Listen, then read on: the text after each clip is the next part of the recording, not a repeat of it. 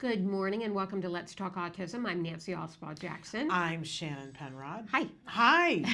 And it's World Autism Awareness Month. Yes. World Autism Awareness Day on Monday. Have you been, I'm sure you've got a bunch of events and things. Obviously, you've got the run coming up. Yes, we have. It's a busy month. It's a very busy month.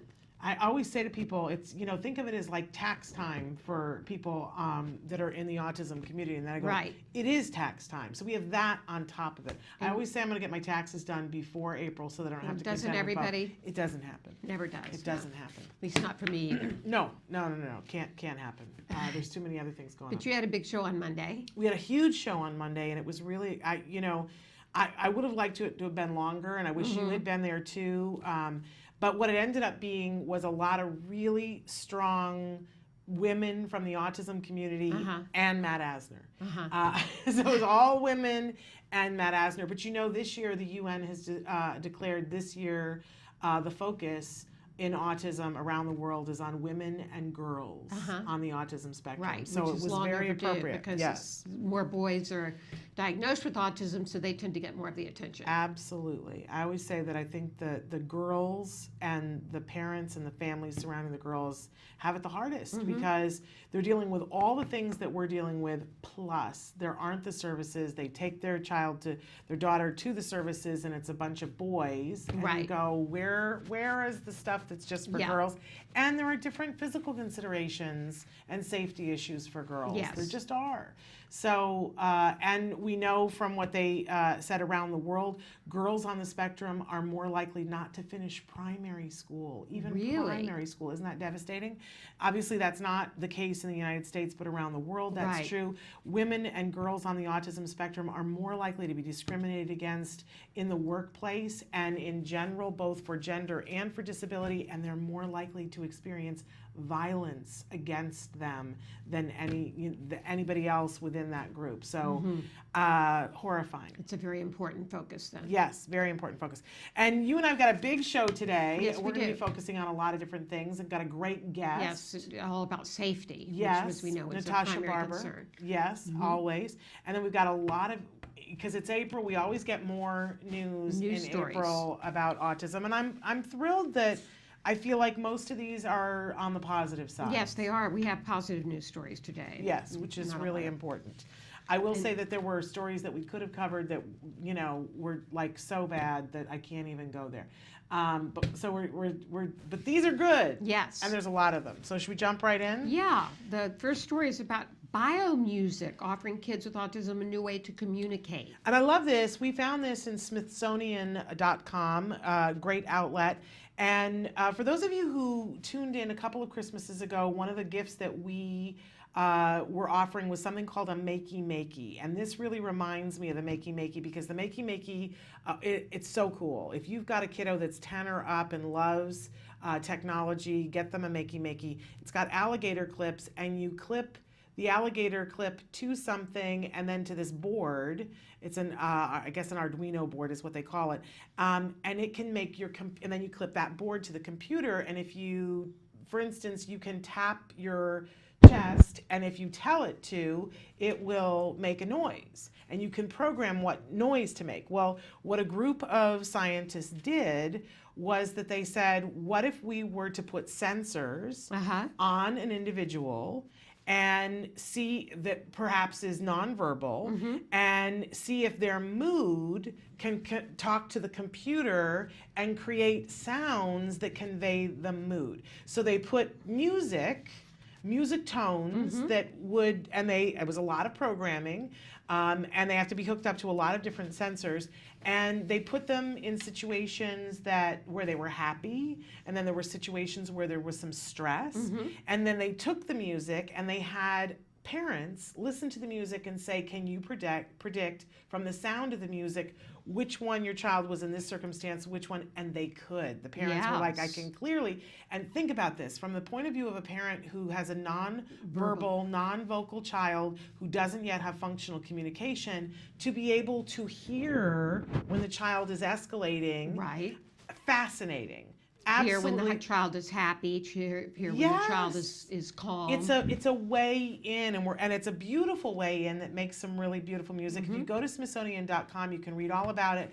And at the bottom, there's a place where you can click and listen to some of the music that the children make just sitting or doing an art project or doing Right. whatever, to hear what's a key, a clue into what's happening inside them. I think it's Right. fascinating. And they're talking about eventually being able to put sensors in stuff like a Fitbit like wristband. Yes. Are you okay? You got Yeah, the well, mic? I whapped myself Oh, and then okay. I You messed whacked up your my mic. mic. Right now they're using more obtrusive sensors like a chest strap and a finger. Yeah, it's not something that you can go walking around in the world with yet, but they're Yeah. working on that. They're doing more studies. We should say that that you can, the people who did this are from Holland Bloorview. Isn't that a great name? And it's Stephanie Blaine Morales and Elaine Biddis.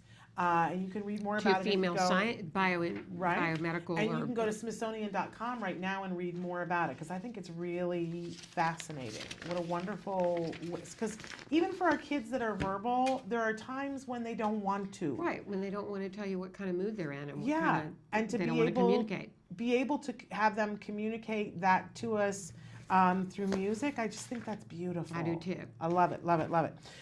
Next story we've got, really exciting news that came out last night and today. Sesame Place, which is the theme park in Philadelphia that's like Sesame Street, where people can go. Have you ever been there? I have not. I haven't either. I have not. I have to say, we've got two stories that are generating out of Philadelphia today. So Philadelphia is just rocking it. But I haven't been to Philadelphia in a long time. Maybe I need to get back to Philadelphia. Have you been It's there a great recently? city. I haven't been there recently. No. I years ago was there, but I haven't been there recently. So they're closed right now, but they're reopening at the end of April, and it is the first place to achieve an autism accreditation, which is really fabulous. They're getting this award because their entire staff has completed training on autism sensitivity and awareness, and they have pledged to have ongoing sensitivity and awareness. I don't think that that's anything particularly new. We have a lot of theme parks.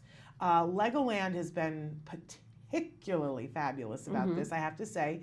Disneyland and Disney World had been at the forefront of it for a lot of years, and now people are catching up.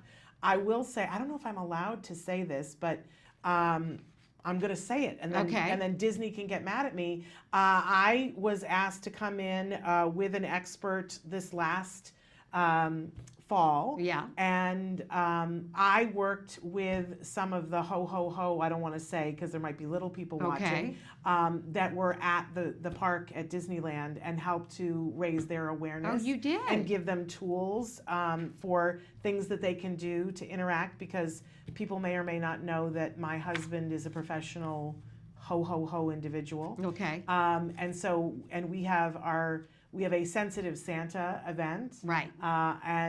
So we have a great deal of experience with children on the spectrum meeting ho people. Right. And so we were asked to come in to And help Disneyland train. and help train. What an honor. It was. I mean, it was so exciting. Right now, I'm working with a team of people for the Natural History Museum here in Los Angeles to have them have a great sensory experience at their museums, because they have 3 museums here in Los Angeles. So while I don't think this is anything particularly new, what is new is that there is a new, it's the International Board of Credentialing and Continue Education Standards, the IBCCES, that's a mouthful, that is now saying to places, if you'd like to complete this, we'll give you a stamp of approval. Right. How So smart we of hope- them to have created that. Yes, it is. Right? So we hope that other parks follow suit. And, Yes. And one of the things that they have are quiet spaces at Sesame Place, and they have information and a map, a sensory map to give parents. There are lots of places that, like I said, that already have that. One of my favorite, the Smithsonian has things like that already on their website. Before you go to a place, go on their website and check and see what if they have it. Yeah. Also in the news, a new drug on the horizon. Yeah, in an actual trial with because we talk a lot about mouse models, and this is an actual trial with actual people on the spectrum. With actual people, that's right. And Exciting.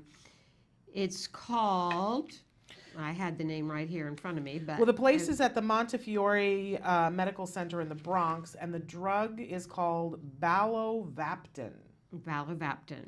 And they're doing a nationwide clinical trial, which includes 300 children and teens with high-functioning autism. And they're looking at this in particular because, as you know, Nancy, there is no approved drug for treating the symptoms of autism, things like social difficulties, repetitive behaviors, and the ability to function in everyday life. And Dr. Eric Hollander, who is the director of the Autism and Obsessive Compulsive Spectrum Program at Montefiore, is one of the people that's helping to run this.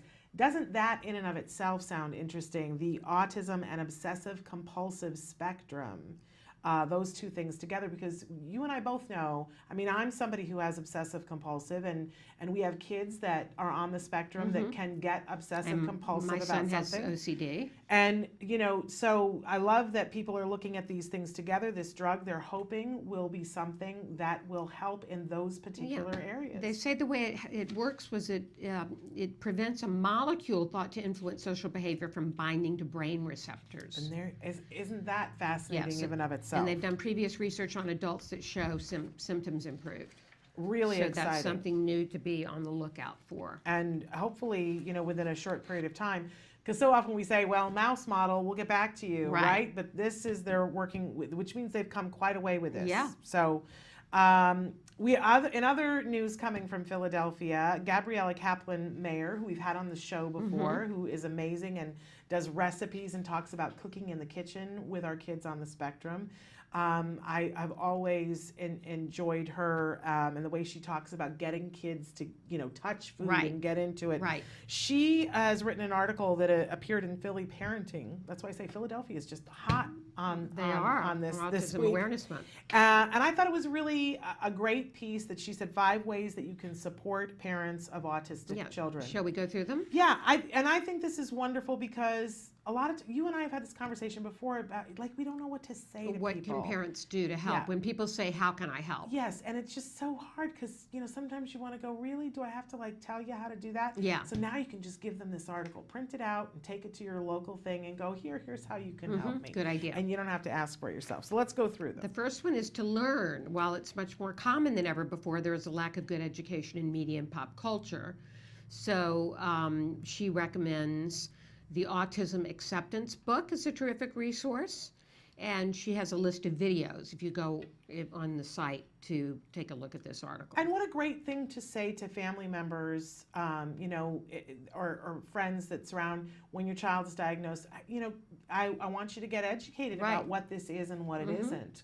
It's an important piece instead of just necessarily watching a movie about autism. You know, there's a character with autism.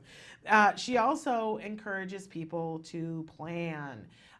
She does a specific call out to people who run groups. If you for a lot of years have been so involved in helping your church with a special needs ministry. And she does a shout out to people like that. Whatever group that you're involved in, you need to plan ahead. Once you've learned about autism, plan ahead. Have a quiet room. Have an option for people to be someplace else that's a little less quiet, but don't just hope that it's all going to work out. When I think of all the years, it really makes a difference to me. I don't know about you, Nancy, but just recently there was something that my son went to, and one of the moms made a huge effort to try to make sure that there was something for him to eat because they were feeding a group of kids. Having GFCF food there is something. And I got to tell you, you know, it just meant so much to me. It means a lot to me as well. Wyatt's Sunday school teacher has GFCF snacks for him. And it just really... I love it. I've gone to birthday parties before where they didn't know what to get that was food-wise, but you know, maybe they were giving a candy bar when kids were leaving and they knew that Jem couldn't have a candy bar, but so they got him a toy instead. Or just called and said, what can I get for him? And then in those circumstances, what I've said to them is, don't worry about it. I'll bring something to put in the same little goodie bag that you have. And they go, really? And I love them. And I'm like, oh, this is a person who supports me just because they called and asked a question. Yeah. So love the whole plan thing. Which then leads us to the next one. To invite. If your child is inviting the whole class to a birthday party, make sure autistic classmates who are fully or partially included in the class with or without supports. Reach out to the parents that have the autistic child and let them know you're excited for them to come. Yeah. Because sometimes they're excluded and parents don't know. They feel like, well, I don't know whether I can have this child here. Yeah. So it's Yes. so important to be invited and not be excluded. And I think we've all been through a moment like that in our lives where we're like, oh, I don't know how to support that child in this circumstance. But it's important to just face it. Mm-hmm. Face it, talk about it, get over it, make whatever plans so that we don't exclude people, because it's not okay and it doesn't feel good on either side. And then the last one is to advocate. When I know on this Saturday I'm going to the Mardi Gras for Autism in Fullerton, and I know already because I've been to it so many times, I'm going to cry, but I know that in Fullerton, what I'm going to see on that day is not just families on the autism spectrum with kiddos on the autism spectrum. The vast majority of the people that I'm going to see there that day are people from the community who come out to be there with the families. Because they are advocating for them, they're supporting them, they speak out, they put their tax dollars to things that are inclusive, they make sure that everybody has what they need, right, and that the special needs classroom has what it needs. I mean, the Fullerton Cares has said we're going to step up and help our community and help ourselves, but the rest of the community has gone with them, and you can't do it without them. Last week on the show we had the pediatric dentist from Fullerton who comes out and supports.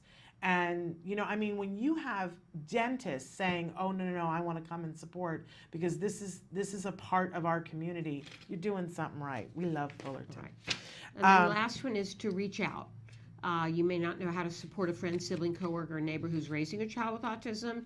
You may avoid them, but go ahead and just reach out and let them know that you're there to offer a helpful help if you can, and ask them, and you're there to listen. It's a way of asking people to be human beings. Mm-hmm. And I know that sometimes we go, really? Do I have to ask people? But, people get scared, people get frightened, they don't want to say something wrong. And we've all had somebody come up to us and say something wrong, right? So it's not like that can't happen. So we need to encourage them. And when they say something wrong, we need to kind of let it go, laugh about it in private. And I do mean laugh about it, because ignorance is ignorance, right? And we all want to move everything into the knowledgeable area. But so our last story today is an interesting and semi-controversial one, right? Yeah, out of Colorado. Yep. Lawmakers are pushing to declare autism an epidemic that they believe would pave the way for more research and funding. And this is something that, we've expressed before on the show. And had people express before. People look at the rise of autism and go, why is nobody calling this an epidemic? And there's been several calls from the community to call it an epidemic. There is a bill in Colorado that's House Bill 1223, and the bill paves the way for more research and for funding. But they are asking to declare it an epidemic. And the reason why is that they're saying that they have seen, get ready, hold on to your seat cushions. Unbelievable. An increase since 1992 of the cases of autism in Colorado by 41,729%. 41,729% increase. Increase. Even if it was just that those were individual cases, we would all go, right? But that's a percentage. That's 41,729%. So they're looking to call this an epidemic. Now, and we had talked about this before we went on the air, when we look up the word epidemic, there are two different definitions. When you're using it as a noun, the definition is a widespread occurrence of an infectious disease in a community at a particular time. That's when it's a noun. When it's an adjective, it is relating to the nature of an epidemic in that it is widespread. So I don't know that anybody else has pared it down to that before, but so often the autism community has said, why aren't we calling it epidemic? And it doesn't meet the definition of, For under the the noun. noun of under infectious. But I think, knowledge is power. And so if we now know, if you use it as an adjective, then we, that this is an epidemic, that the rise of autism has been epidemic-like or been of an epidemic nature, then we are using it properly. Absolutely. So just something to think about. Lots in the news. Lots in the news. So we've got this great guest, Natasha Barber, from Autism Moms Know Safety. Which came out of her own personal experience. Yes, and so we're going to be joined by her in just a minute. Shall we take a short break? Yeah, let's take a break. We'll be right back after these messages.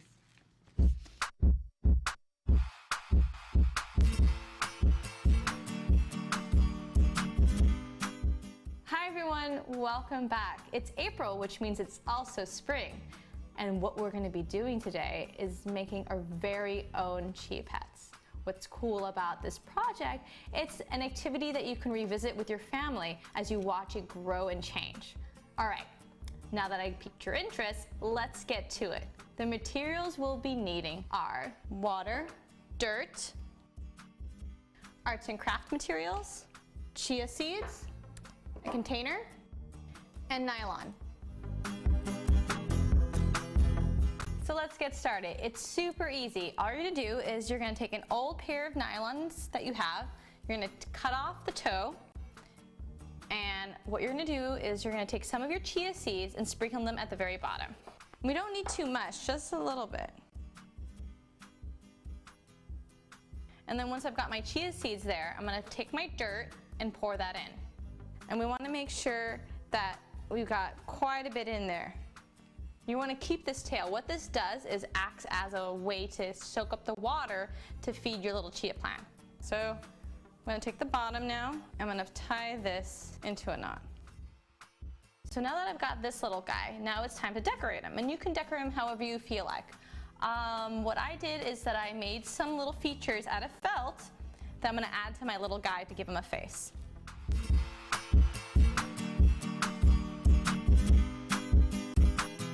Now that I've got them all decorated, I'm going to pour some water into my container and make sure my tail is all nice and soaked up in there. And here's my little buddy. I made a mouse, but you can always make whatever kind of creature your child finds super reinforcing. Make sure they like the little animal that you make so they'll want to come back and revisit him. As you can see right now, he's a little bald, but hopefully, keeping your fingers crossed, in a week he'll have some hair. With the snap of my fingers, we're gonna go through a week in a few seconds. And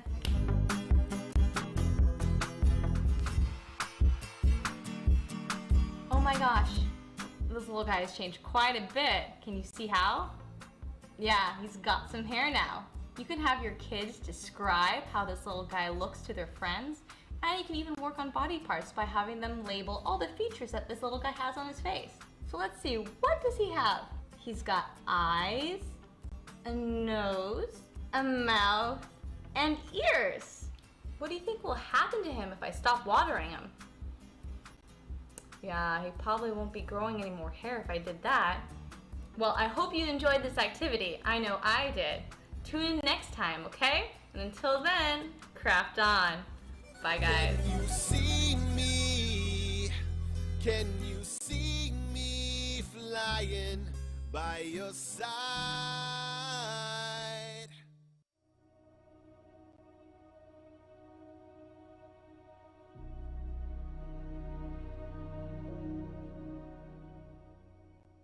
Hello, activists. Let's talk about step 7. Recognize your gifts and abilities. Whatever gifts and abilities you had before autism entered your life, you have them now. And I bet you've developed some that you didn't even know you had. Those gifts and abilities are going to help you in your journey of parenting a child with autism spectrum disorders. Maybe you're a born researcher, teacher, negotiator, or organizer. Well, you're going to need all of those talents. And you could find a whole new calling. That's what happened to me. If you had told me 20 years ago that I was going to leave behind a career as a television producer to work as an autism advocate and activist, I would have said, you're nuts. If you don't think you have any special gifts or abilities, ask someone who loves you. They'll tell you what they are. I guarantee you, you have them. What's your special gift? Find it, use it, for yourself, for your child, for the good of all concerned. Until next time, keep the faith. And we are back, and we now have with us a guest named Natasha Barber. She is the author of the children's book series Tommy's Lessons. She's the mom to an 11-year-old son with autism who inspired her to become an autism safety advocate blogger. She said she's had her fair share of safety scares. One afternoon, Joshua escaped his aftercare program, ran onto a 50-mile-per-hour road. Traffic stopped. Thankfully, he wasn't injured. However, that was the day Natasha had her epiphany, and her sense of safety heightened immensely. She was suddenly propelled into a hyper safety mode, wanted to make sure this could never happen again, signed up for safety workshops to learn more, found that so many parents were uneducated, and that's when she took this on as a cause. She has since developed a website, Facebook page, and Instagram focused on keeping young autistic children safe. Welcome to the show, Natasha. Good resume there. Thank you so much. So happy to be here. So happy to have you. We're thrilled because we've been wanting to have this interview with you for a while. Let's start by talking about your amazing son and how wonderful he is. Tell us a little bit about him. Thank you. So Joshua, he was diagnosed when he was about 2 years old, nonverbal. He didn't really have attention to detail in his surroundings. He really, the no fear, he just didn't understand safety.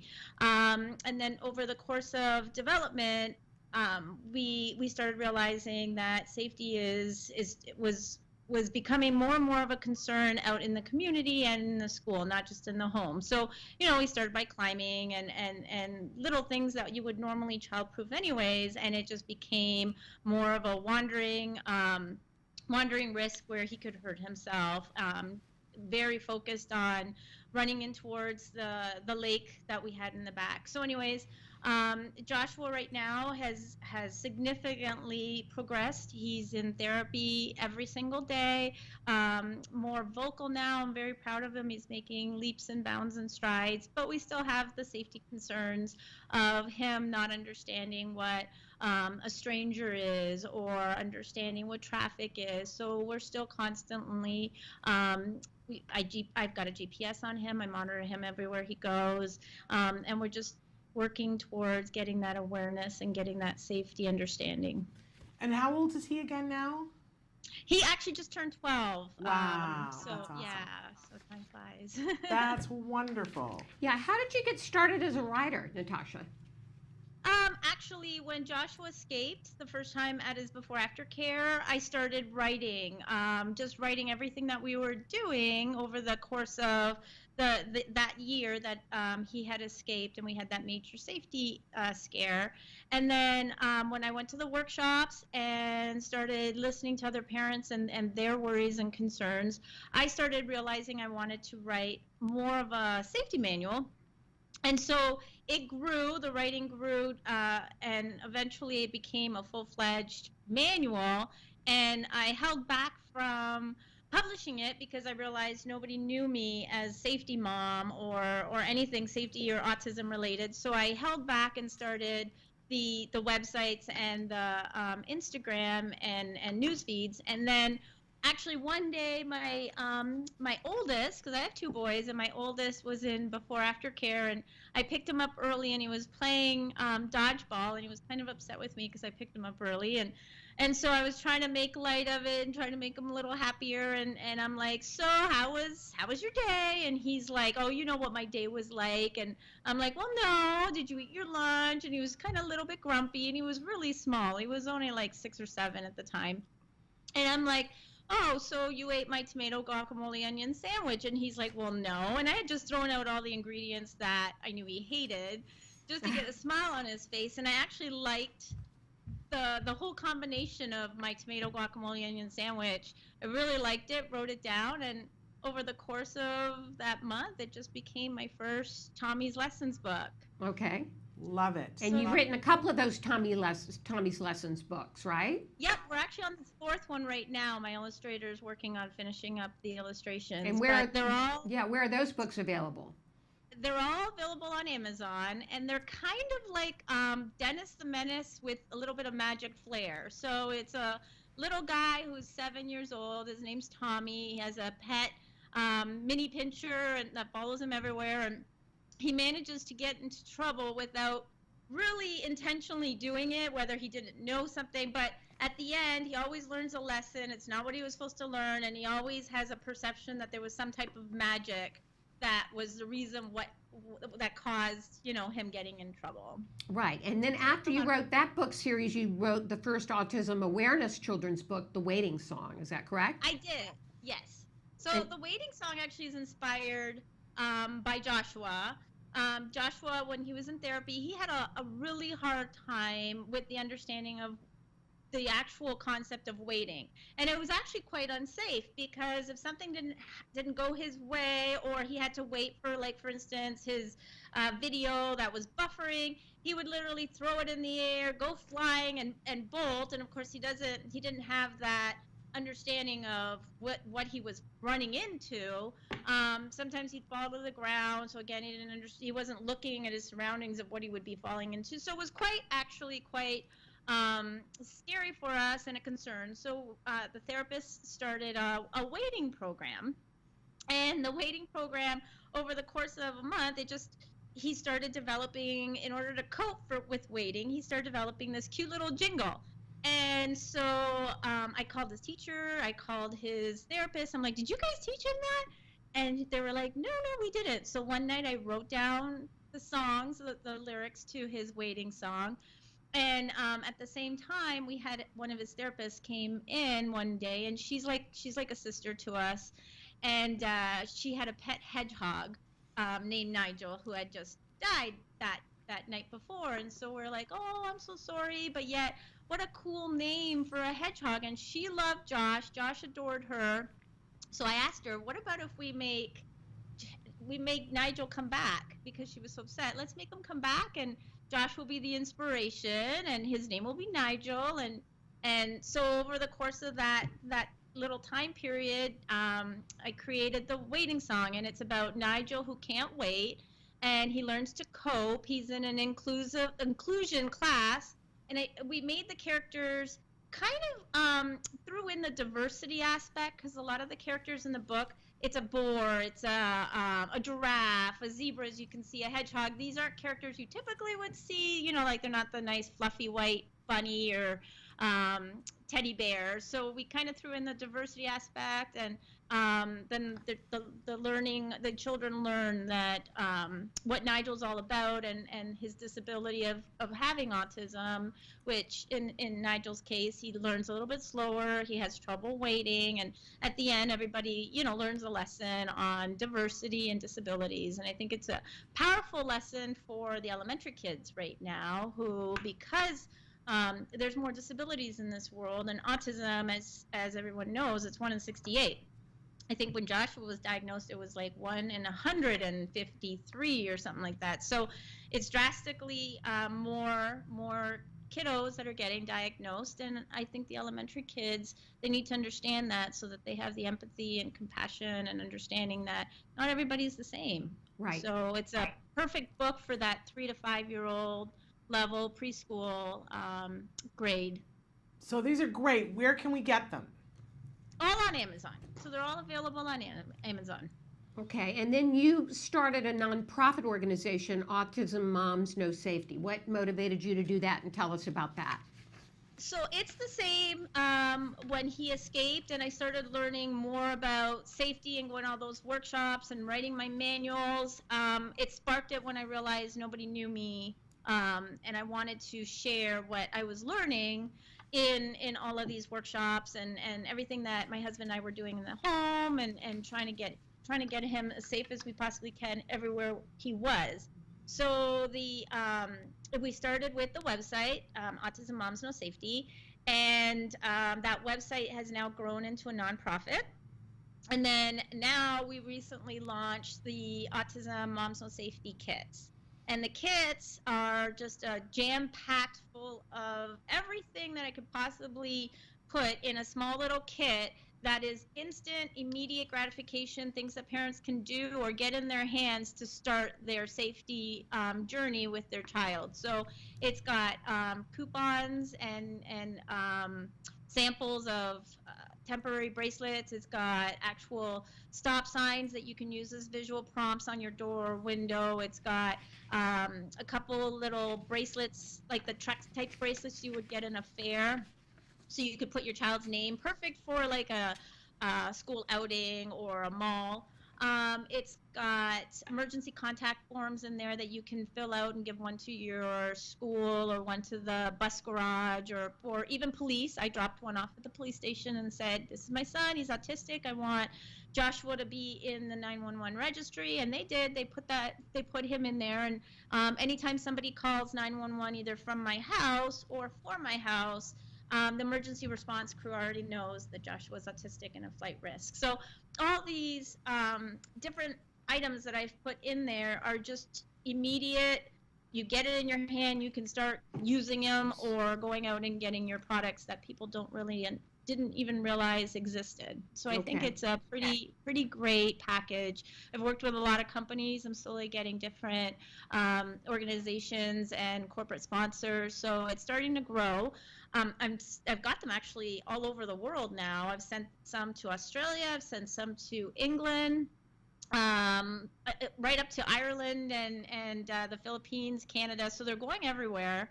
I think the last count at the end of March was over 513 kits that have gone out or come in as requests. So how do people request them, Natasha?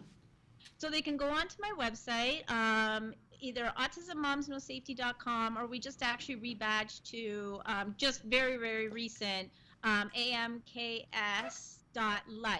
So it's much shorter, but you can go on my website, and under there's a tab for safety kits, and when you scroll down, you'll see like a donate button. So, and then if you keep going down, you'll see all the information, like the spot where you can put in all your information. And then I would get an email notification that there's a kit request that's come in, and how much do they cost?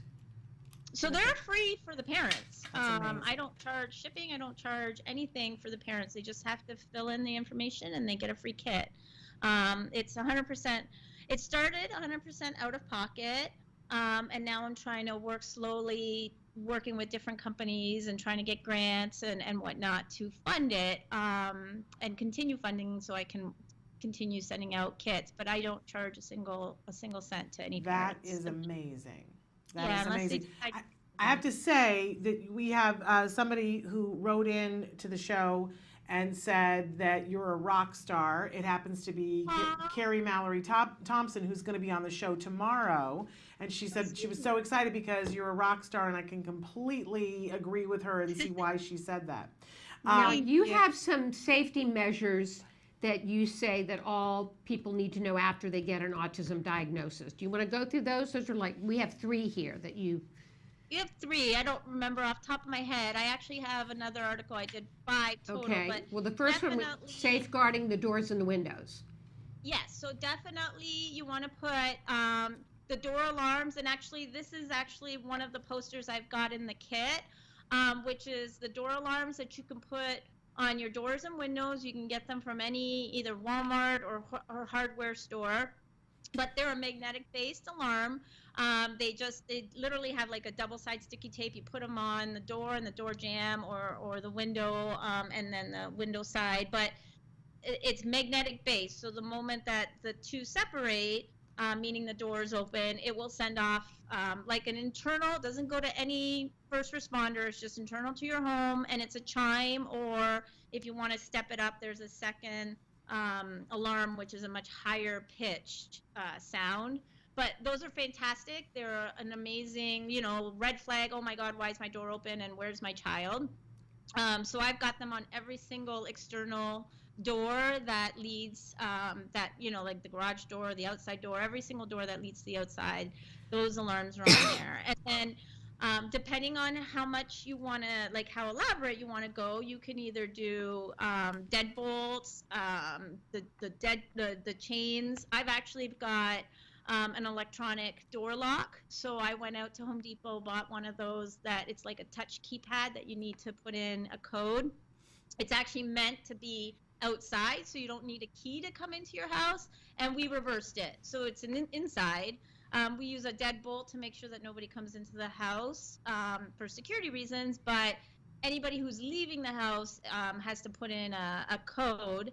And of course, everybody but Joshua knows that code. And then we've never had an issue with Joshua ever escaping because he doesn't know the code. He can't get out. And the fantastic thing about it is it's almost within seconds. So you open the door, you close the door, and within seconds it instantly locked. So it's quite airproof, if you will. It's amazing. But that's the extreme. It's not super expensive. You're looking about $150, but you can go right down to a much lower cost. But definitely make sure all your doors and windows are somehow protected from your child being able to open them, because not all, it is a spectrum, but a lot of the kiddos do have wandering tendencies, and you do need to avoid them escaping when they're not with you. You also say to secure furniture.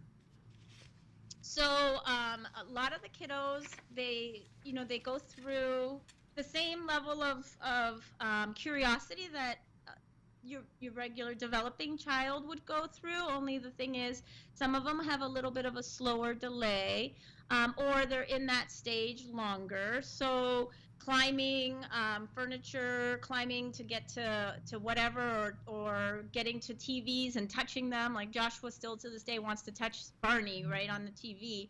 You want to prevent furniture from falling on the child, and it's like one of the number one causes. And I don't remember all the statistics off heart, but it's quite scary how many children go to the hospital with injuries or deaths from TVs falling on them. So whatever furniture you can secure, great, do that. There's furniture straps, there's television straps that you can purchase, very economical, at a home hardware store. But at the same token, whatever furniture you can remove from like your child's room or even in the main living space, or rearrange, for sure, definitely do that. Like for me, Joshua would try to climb his dresser drawers.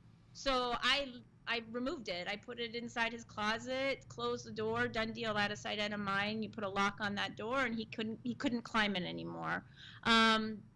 So, and of course we don't have any side tables. Might not look as pretty. We have a coffee table. We don't have side tables because he likes to run around and climb over the couch from the other side that he's not supposed to. So why add dangers unnecessarily? But that's the one recommendation for sure, because like I said, he's 11, he just turned 12, but he's still doing all the climbing and running around and jumping that a typical maybe 5-6-year-old would do. So they're in that stage a little longer. So you want to protect them, especially. I'm sorry. And then another tip that you have is to use visual aids and signs to teach. We love this tip.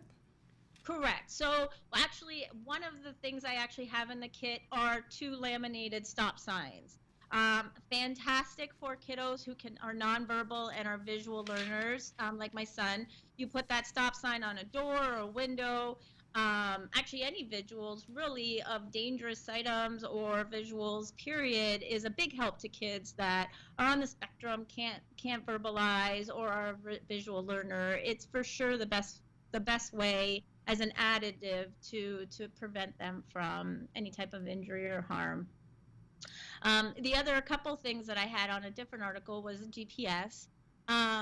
Personally, for a flight risk or a child who's nonverbal, GPS is the best thing you can have. It's the peace of mind that I never thought I'd ever have until I bought an Angel Sense GPS. I actually worked with Angel Sense because I love the product so much. I actually have a $50 coupon in the safety kits for parents, because I'm an advocate of making sure you have the ability to find out where your child is who's nonverbal within a matter of minutes. I met a parent, which actually is the reason why it sparked the kits themselves, is I met a parent here in Michigan who actually had a child escape from their home. And within the half an hour time period that they called the police, that child had been hit by a car and passed away. So it was a huge impact. I mean, because I couldn't even imagine that pain that that parent was going through, and is probably still going through to this day, and it's been many, many, many years. So to prevent, I mean, I've got that GPS on Josh the moment he wakes up till the time he's in his bath, and it's just nice to know if anything were to happen, a door was to open and somebody left it open, I can find him within a foot of where his location is. It's all of these tips are amazing. Give your website again, Natasha. So www.autismmomsnosafety.com, or just recently amks.life. Fabulous. Okay. Well, you are, Carrie Mallory Thompson is right. You are a rock star. This is all amazing information. Very important information for parents. And we hope that people will ask for the safety kit. We hope that people, if they know organizations that want to partner with you, will get in touch with you to do that. And definitely to check out your books because they're amazing. Thank you so much. Thank you for being with us. Thank you so much. It was a pleasure. Have a great Happy, week. Natasha. Take care. Bye-bye. Have a great week, guys. You too. We're going to take a Thanks, short break, and then we have a ton of questions that have come in today Okay. that we want to get to. So Okay, great. Stick with us. We're going to be right back to try to answer some of your questions rapid fire.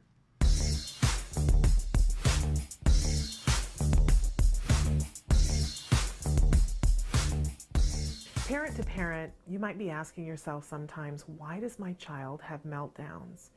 Well, the difference between tantrums and meltdowns, they're a part of typical development, but meltdowns are when things get a little bit more out of control, when even the child isn't sure what's entirely wrong. Generally with a meltdown, there's an environmental component. There's something else going on outside the child that's making the tantrum worse. It's really important that we start to be detectives and take notes and look around at the environment and start to figure out what are the things that happen every time your child has a meltdown. And lastly, it's important to get help. You really can't face these kinds of things effectively completely on your own. Tantrums, they're a part of typical development, but don't accept meltdowns as something that just happens. Make sure you get help and support. You might be asking yourself if your child has autism.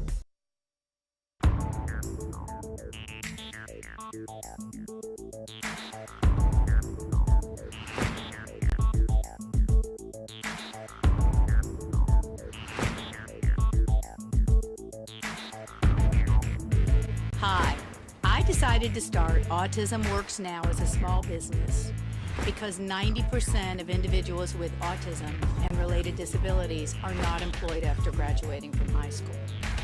Our mission at Autism Works Now is to create job opportunities for spectrum youth and kids through awareness and education.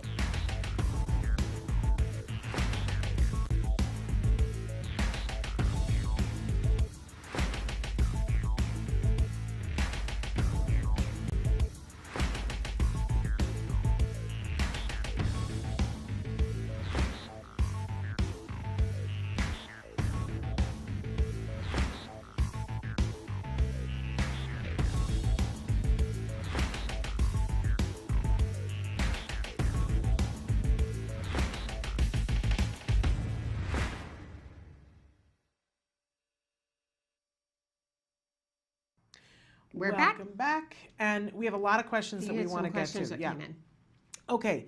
The first, earlier in the hour, a mom had written in the last hour, talking about a card location that is treating their child. And she said they want to create a tantrum. They want to make him uncomfortable and create a tantrum. And I wrote back a lengthy, like a novel. Okay. So I want you to check that and see. It's really easy to get upside down because the way ABA looks at things is so different from how we're used to, right? Yes, it's so different And I than always- your natural instinct as a parent. Yes, and I always say that a natural instinct as a parent, that if you know that your child has a tantrum, when, like for instance, the tantrum that Jem would have, if we got a helium-filled balloon, he would be like, because he would be so afraid that it was Right. going to be let go. He Yeah. would be like completely. So our response was, we don't go anywhere where there's helium-filled balloons. Right. And to me, that still makes rational sense. Like, I still understand why my thought process was, well, we'll just cut that out of our lives. We just are never going anywhere with helium balloons again. And if we'd be like at Disneyland and he would, the guy with the helium balloons, we would like scurry him someplace else. And I thought that that was normal behavior. But when your whole life becomes these little pieces of things that you're afraid of, because you're stepping around all these things, Right. you forget, you don't realize how much your life is diminishing. yes, right? and you're not exposing your child to the things that they need to be exposed to in the world. Well, but you think you're doing it because it makes sense.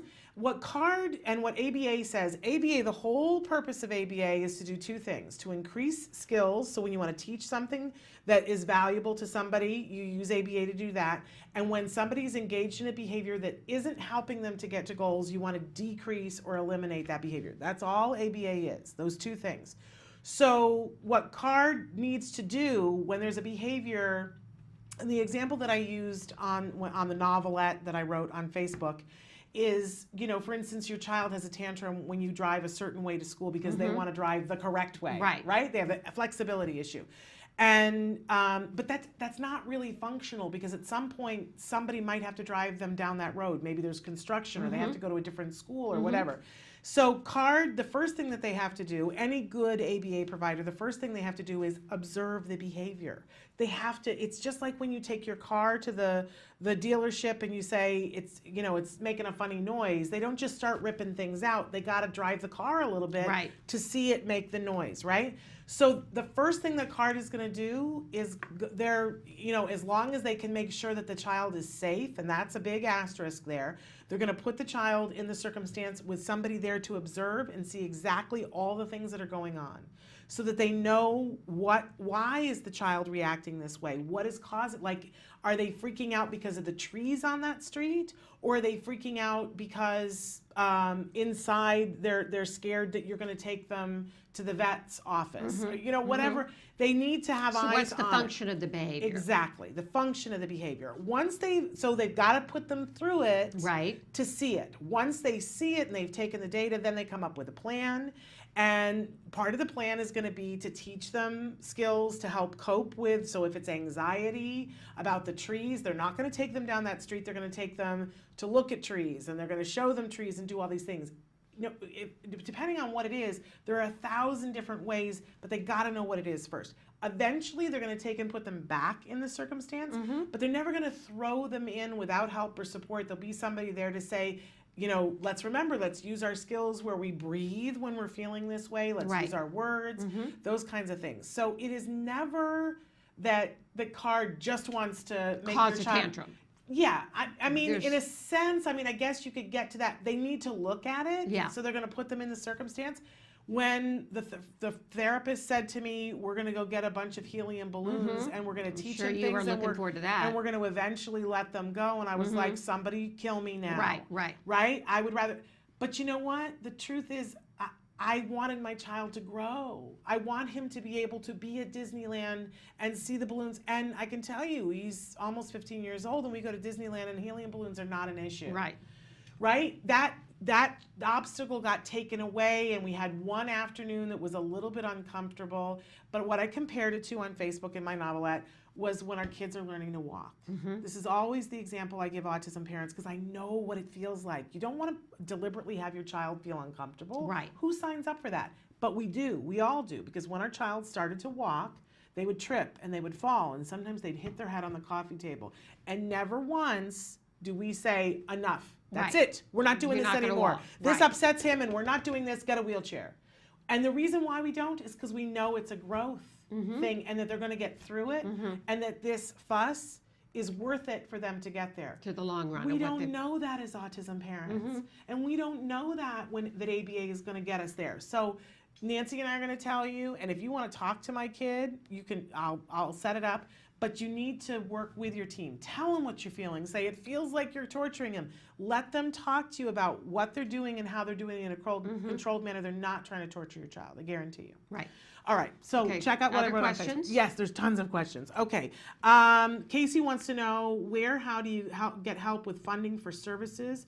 Our insurance is awful and will do nothing towards ABA and total combined therapy, 60 visits. My son is 3 and level 2 ASD. Well, What state is she writing from? Does that's it say? what we don't know. But Because it's regional center, of course, is the first. yes, if you're place in to go. California or New York, there are state services that will help you. Same thing, there are some state services in Texas and some now in Utah. But you can go, depending on which state you're in, you can, because you probably have insurance that's self-funded. So it's not really insurance, that's a whole other discussion, but it looks like insurance, but it's self-funded by your company, so it's not government or state regulated. You can go to your state exchange and buy different insurance. So I just want to empower you with that knowledge. You can apply for grants, but you're never going to get enough grant money to pay for ABA. You'll get enough for a copay. Maybe. So the thing that you've got to do is lobby your insurance company, look at your state to see if you can get a different insurance. Look and see if your state provides, because in states that don't have mandates, a lot of times they have something that will cover 60 visits is not going to be enough. If you have to, then you're going to move to doing it yourself. And that's hard. I'm not going to candy coat that. But you've got skillsforautism.com. It has the curriculum, and you can do ibehavioraltraining.com to train yourself to how to do it. Don't let anything get in your way, and you can email me if you want to give me more specifics so that we can figure out what's available to you in your state. Deborah says, I had a diagnosis done by 2 doctors. However, our school tested him and said that he has ADHD and doesn't have autism. Isn't it nice that the school psychologist is so empowered It's to more decide empowered that? than the doctors, right? Okay, and she says, should I have him retested since these updates? And I would say to you, if you already have 2 doctors that gave you a diagnosis and little old school psychologist says, I would go up against, I would take your 2 and say, let's chat. Because that's not going to work. Yeah, 2 have to an 1, IEP. Sorry. Where you bring in that information. And you might need to get an advocate or go to COPA.org, COPAA.org. What does to that see. stand for, Shannon? Do you know, or am I asking you a question? Yeah, I wish I knew. But it's all the attorneys that deal with special needs. Okay. So it's like a clearinghouse. You can find your state and find a good attorney. We'll ask Bonnie tomorrow to tell us what it actually stands for. But you're probably going to have to fight with them, but tell them, no, I'm sorry. I have 2 diagnoses that say that he has autism. Write to me if you want more help with that. Then somebody wrote in on the live feature and said, can you please help me get started with ideas on how to teach my 3-year-old son to play appropriately with toys? He just dumps them on the floor and runs around. His preschool says he doesn't play with toys the right way or with other kids and usually just walks around the room and thank you. Okay, we've done a bunch of shows on play, and if you go on our YouTube site and you put in, here are the terms, and they should come up. One is functional pretend play, and I've done lots of segments on that. That's the first thing that you want to teach. Then there's, because we're running out of time, I'm gonna have some timers. But they're all in skills too, skillsforautism.com. And it's FOR, not the number 4, skillsforautism. All the lessons are there, but there's a progression. You want to start with functional pretend play, then you go to imaginative play, and then there's sociodramatic play, and what's the one that I'm forgetting? That's going to drive me crazy. But in any case, there's a progression, and you have to model the behavior. So in the beginning, you go and you get little Matchbox cars or whatever the child is interested in, and you take the car and he wants to line them up right, but you go vroom, vroom, and then you get them, and you crash into his cars, and you put his hand on the car, and you make the noise, Right. and you make little roads and do things, and you're teaching him how to play. Later on, you're going to get something like a phone and use it and make car noises to teach them that, the rules can be bent, and this can be whatever I want it to be. And then later on, you're going to be completely imaginative and pretend that there's no car. So the symbolic play, that's the other one I couldn't remember. Symbolic play, okay. And then you do the sociodramatic play where you dress up in the clothes and you pretend to be somebody else. And then there's a whole bunch, there's block play. there's building and construction play, there's arts and crafts play. They're all the lessons are in skills for autism. But you've got to do them. And so often parents go, well, we're focused right now on speech. And I Right. so get that. But if you take the time to teach the play, your child will have less stress. You can teach the speech through the play, and your child will be better off socially. Don't leave the play portion out. Don't just let it go. I'm sorry that your preschool doesn't know how to teach it, but you will be able to teach all of it with skills and with the many videos. I love play, and every time we feature a toy, I talk about how to use it with the child. So we have tons of videos on our YouTube for you to check out.